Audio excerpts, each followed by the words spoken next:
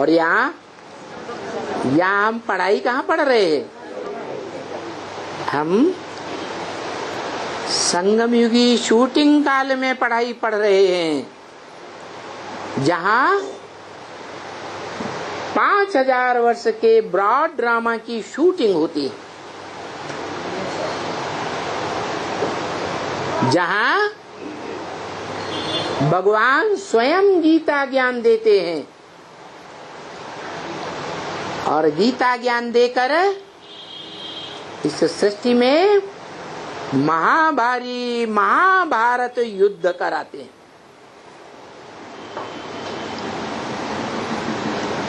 बताते हैं कि इस युद्ध में सबको पसार होकर जाना पड़ेगा।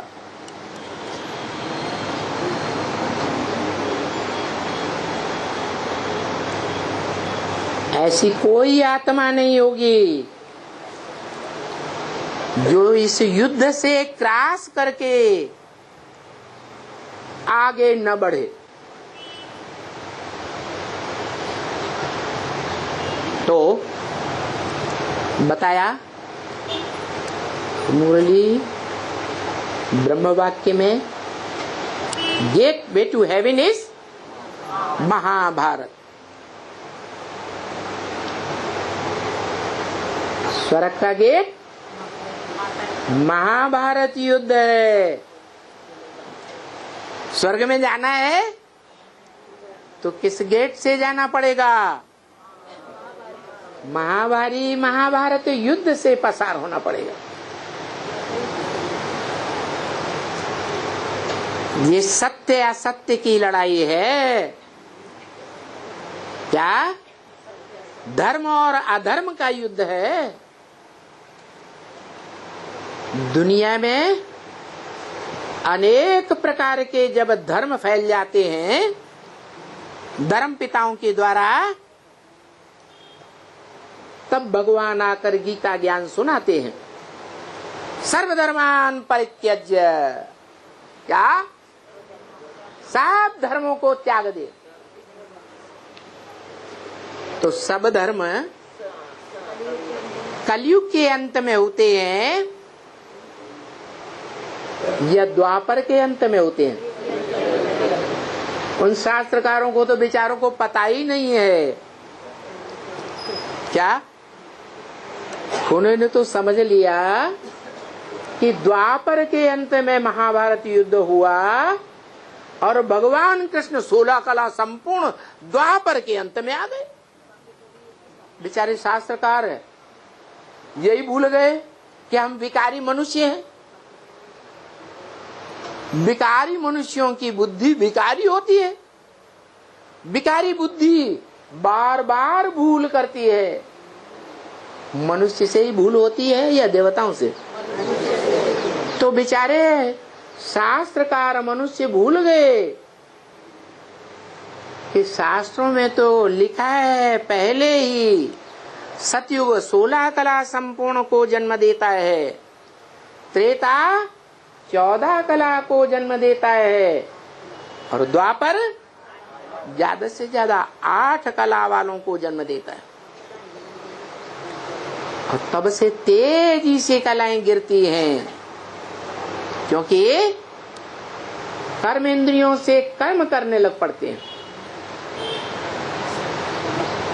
जो ब्रह्म वाक्य है मुरली में कि मनसा में भले संकल्प आए, विकल्प आए, बुरे विचार आए, लेकिन कर्म इंद्रियों से गलत काम नहीं करना है। श्रीमत के बरखिलाफ कोई काम नहीं करना है। तो द्वैतवादी युग में कर्मेंद्रियों से भी कर्म करने लग पड़ते हैं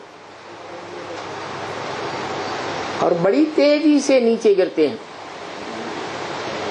पतित बनते हैं। दुनिया के सभी मनुष्य मात्र तेजी से पतित बनते हैं। तो बताया इस पतन को कोई अंतिम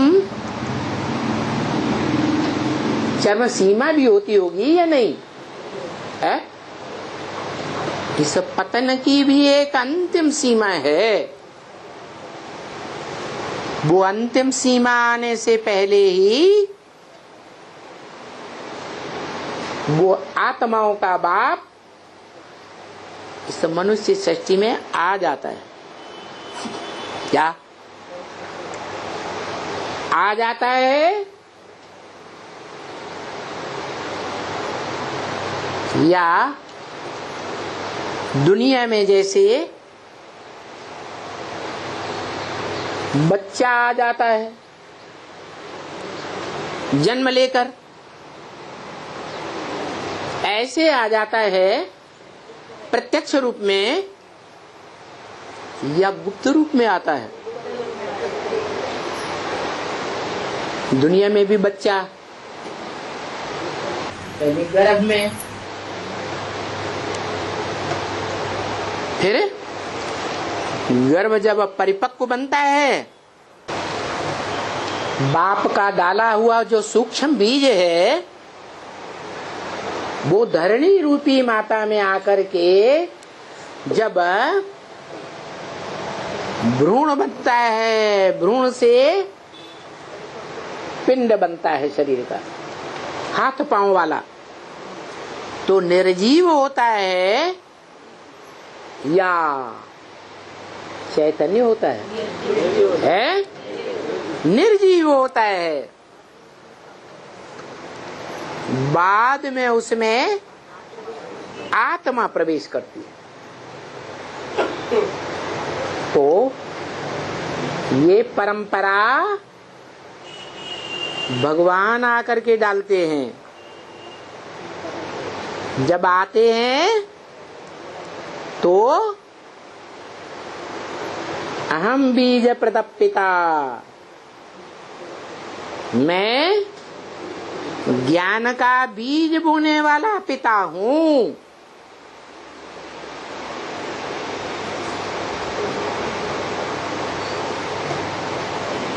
कौन सी आत्मा है? जिस आत्मा में पहले पहले ज्ञान का बीज डाला गया।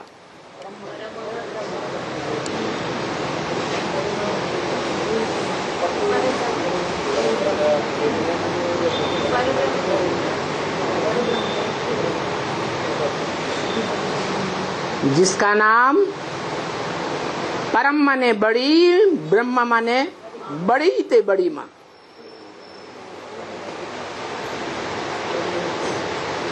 ब्रह्मा नामधारियों में भी सबसे बड़ी माँ।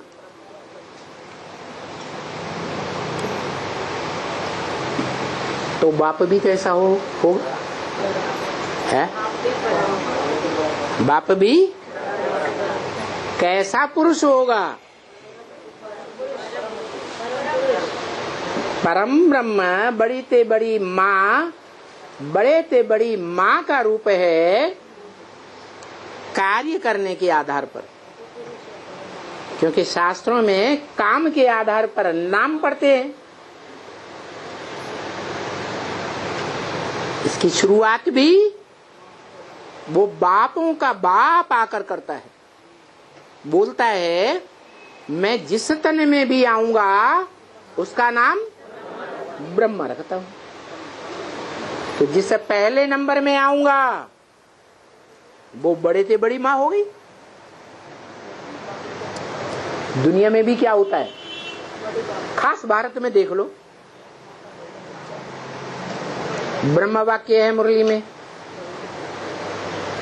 क्या भारत में पुरुष की एक स्त्री मर जाती है तो कहते हैं एक जूती गई, दूसरी लेते हैं, तीसरी लेते हैं, चौथी लेते हैं। है? ऐसे करते हैं या नहीं करते? लेकिन मान ज्यादा कौन सी माता के बच्चों का होता है? जो पहले नंबर की माता होती है उसका मान शान ज्यादा होता है। तो ये परंपरा किसने डाली है? आत्माओं के बाप ने आकर ये परंपरा डाली। जैसे ब्रह्मा पुरुष दादा लेखराज, उसमें भी प्रवेश किया सन 47 में, तो क्या नाम रखा? ब्रह्मा नाम रखा। परंतु वो तो बाद वाला ब्रह्मा या आदि वाला ब्रह्मा है? वो तो बाद वाला ब्रह्मा है, आदि वाला तो नहीं है। तो आदि वाला जो ब्रह्मा है, जो शास्त्रों में गाया हुआ है, गुरुर् ब्रह्मा गुरुर् विष्णु गुरुर्देवो महेश्वर गुरु साक्षात परम ब्रह्म तस्मै श्री गुरुवे नमः।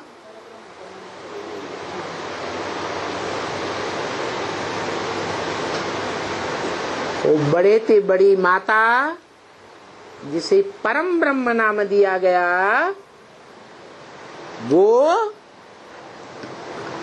बच्चों के रहने का स्थान है, मूल स्थान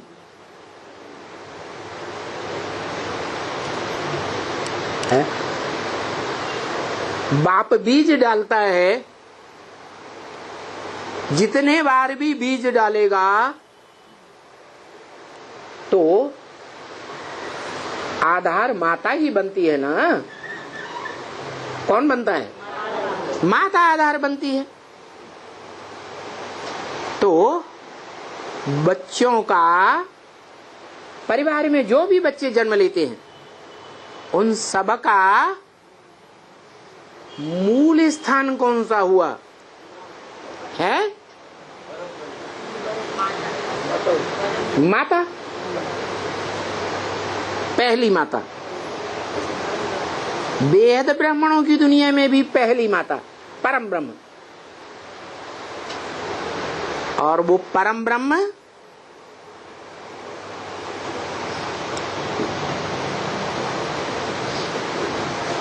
पांच सौ 700 करोड़ मनुष्य आत्माएं हैं। उनमें सबकी माता प्रैक्टिकल में या कोई विशेष आत्माओं की माता है? दुनिया में भी ऐसे ही होता है। कोई बाप के परिवार में एक के बाद एक 4 माताएं बनी हो परिवार में, तो जो पहले परिवार की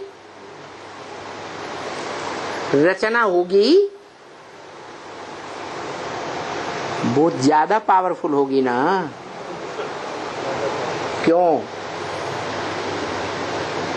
ज्यादा पावरफुल होगी? है? हाँ, क्योंकि सबसे जास्ती लंबे समय का सत्य का सत्व भरा हुआ है। क्या? जिसे हम कहते हैं गॉड इज ट्रुथ। एक भगवान ही सत्य है, एक ही सत्य है।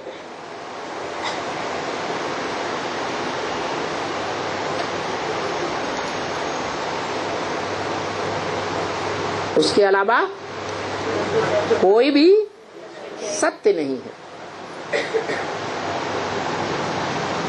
तो इस मनुष्य सृष्टि में भी वो एक ही पुरुष है। पुरु माने शरीर रूपी पुरी, और श माना शयन करने वाला। एक ही आत्मा परम पुरुष है। किस आधार पर? जो इस सारी मनुष्य सृष्टि के चक्र का ज्ञाता है। पूरे परिवार का ज्ञाता कौन होता है? बाप होता है। वो आत्माओं का बाप है। क्या? देहधारी मनुष्यों का बाप नहीं, लेकिन देहधारी आत्माओं को वर्षा देने वाला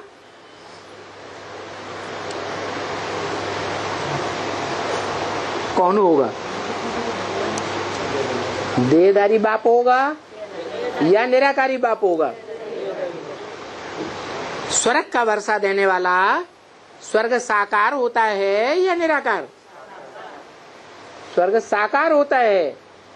साकार स्वर्ग का रचयिता साकार होगा या निराकार होगा?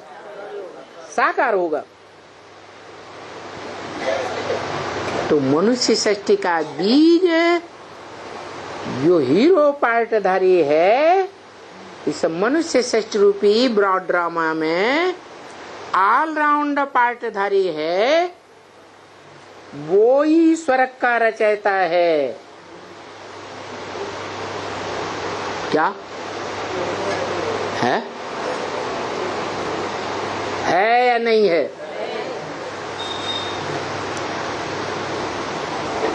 आंखें बड़ी बड़ी हो रही हो तो अभी बता दो।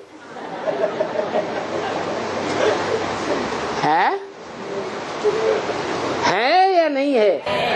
है, क्योंकि साकार का रचयिता साकार। घड़ा साकार तो घड़ा बनाने वाला कुम्हार भी साकार। आत्माएं निराकार तो निराकार आत्माओं को निराकारी आत्मा हो इस बात का परिचय देने वाला भी निराकार।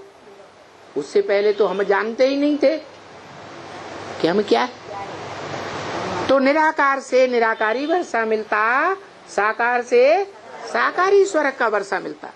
लेकिन जो साकारी स्वर्ग का वर्षा देने वाला बाप है मनुष्य सृष्टि का,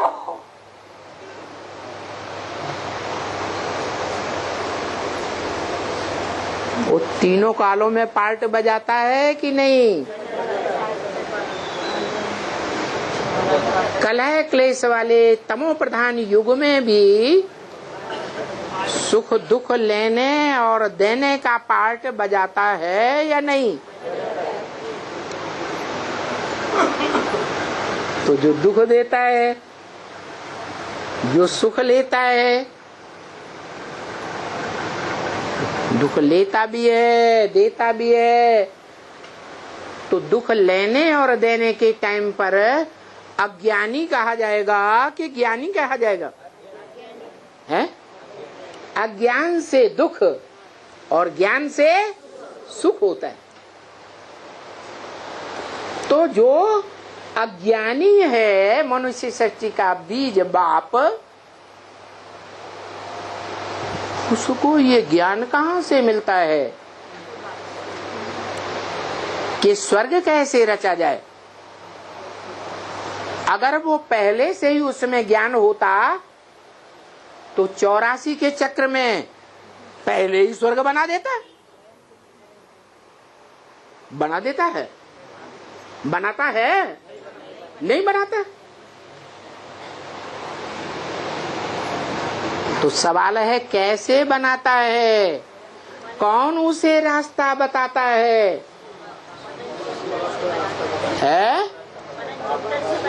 वो काहे का मनन चिंतन? अरे 63 जन्म तो सुंदर सुंदर बीवियों का मनन चिंतन किया है। राजयोग सीखने वाले राजाओं ने ढेर की ढेर रानियां रखी हैं। भारत पतन के गर्त में गया ना, तो भिखारी बनने से गया ना। तो 63 जन्म का अभ्यास क्या है?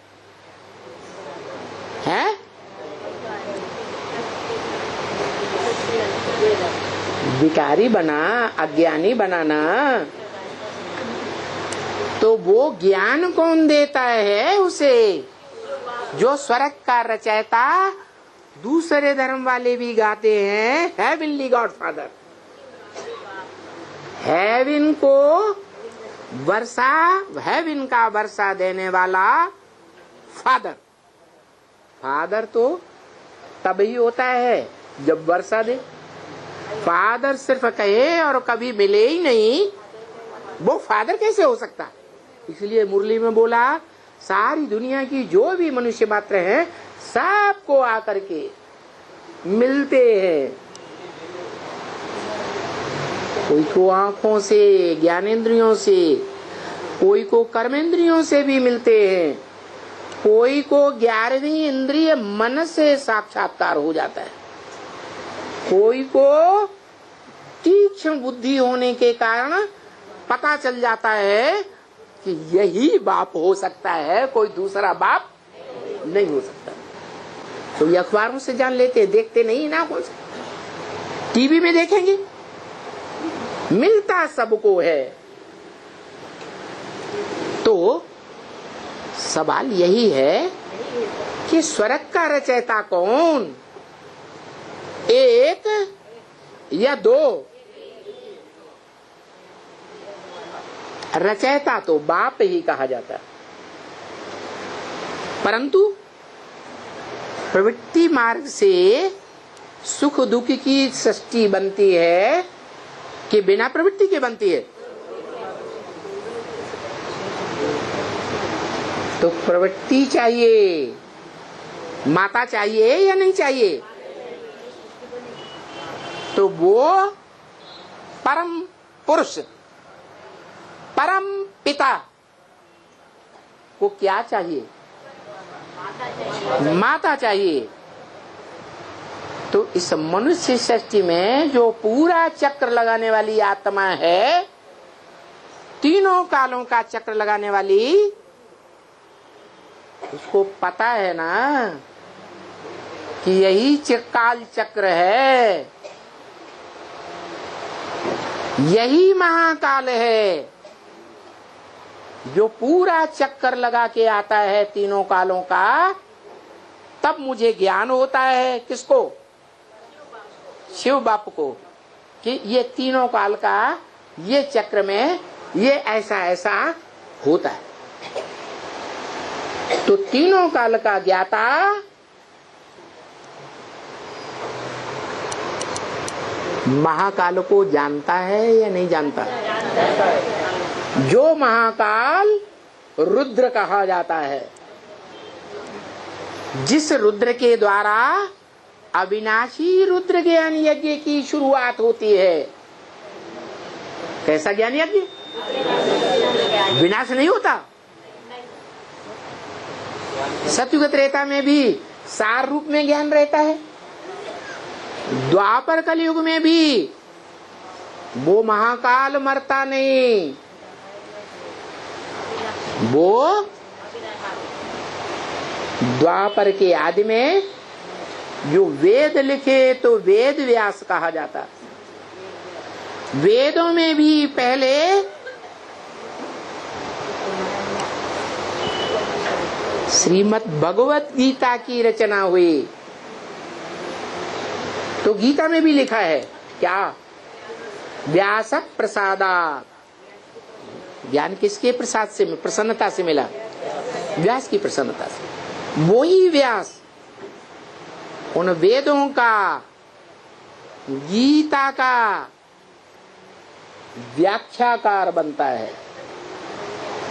शतपथ ब्राह्मण लिखे गए, आरण्यक लिखे गए, पुराण लिखे गए, उपनिषद लिखे गए, और द्वापर से लेकर के कलयुग तक पुराण लिखे गए।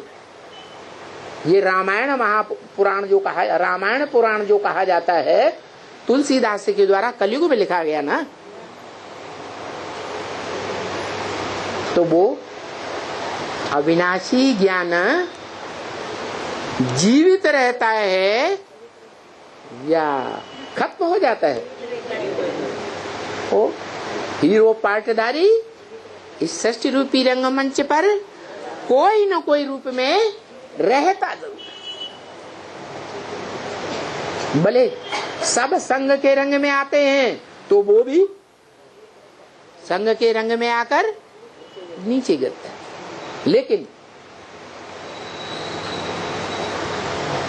बड़े राजा का बच्चा कुसंग में आए और सामान्य पुरुषों के बच्चे भी कुसंग में उसके साथ साथ आए तो ज्यादा पतित कौन बनेगा?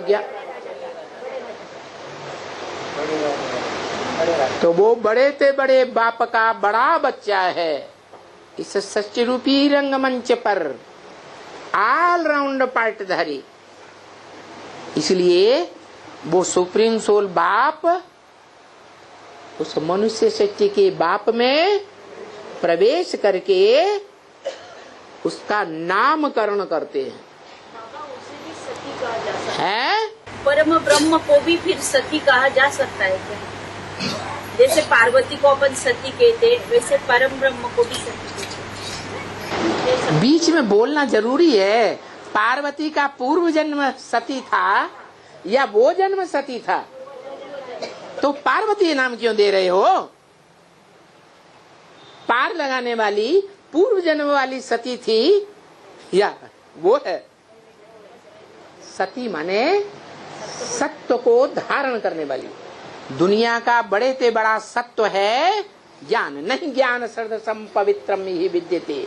इस दुनिया में ज्ञान के समान, ईश्वरीय ज्ञान के समान कुछ भी पवित्र नहीं है। तो वो सती की बात है।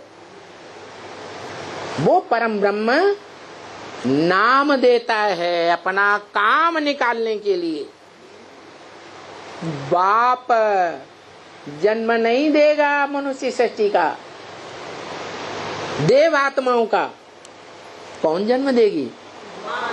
माता जन्म देगी। तो ब्राह्मण सृष्टि पहले है। उस ब्राह्मण सृष्टि में माता का नाम दिया ब्राह्मण सृष्टि रचने के लिए परम ब्रह्म है। तो पुरुष, जैसे ब्रह्मा पुरुष था, नाम दिया ब्रह्मा, तो उसका नाम माता भी है, वो पिता भी है। आदि में भी माता और अंत में भी माता पिता दोनों साथ एक ही शरीर में। जब संपन्न रूप बनता है तो बड़ा रूप माता और बिंदु रूप पिता, उसको कहते हैं शिवलिंग। ओम शांति।